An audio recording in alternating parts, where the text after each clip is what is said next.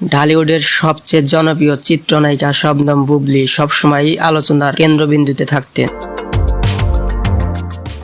Mega star Shakib খানের সাথে কাজ হোক বা না হোক, নিজের পেশাগত অর্জন সবকিছুর জন্য জনসাধারণের দৃষ্টি আকর্ষণ করেন। সম্প্রতি রাজধানীর একটি ফ্যাশন ইভেন্টে বুবলী বধূবেশে হাজির হয়ে ফের নজর কেড়েছেন। গাঢ় বেগুনি লেহেঙ্গা, সোনালী রূপালী সুতোর নিপুণ কারুকাজ, ঝকঝকে পাথর ও ভারী নেকলেস, সবকিছু মিলিয়ে তার স্বাদ ছিল। শবনম বুবলী তার বিয়ের স্মৃতি শেয়ার করেন। তিনি বলেন, তার বিয়ে ছিল ঘরোয়া, তিনি শাড়ি পরেছিলেন, কিন্তু মিডিয়ায় ব্যক্তিত্ব হওয়ায় তার বিয়েটা খুব ধুমধাম পূর্ণ হয়নি।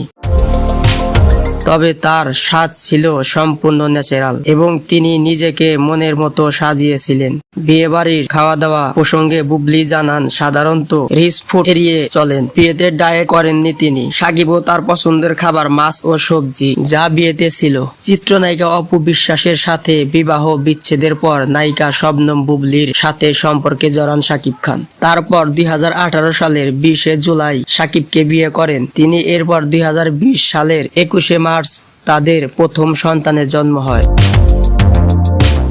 বুবলী বর্তমানে শাপলা, শালুক ও ঢাকাইয়া দেবদাস সিনেমার শুটিং এর প্রস্তুতি নিয়ে ব্যস্ত। মুক্তির অপেক্ষায় রয়েছে সর্দার বাড়ির খেলা ও পিনিক সহ আরো কয়েকটি ছবি। প্রায় এক দশক ধরে ঢালিউডে তিনি নিজের অনন্য জনপ্রিয়তা ও শক্ত অবস্থান ধরে রেখেছেন।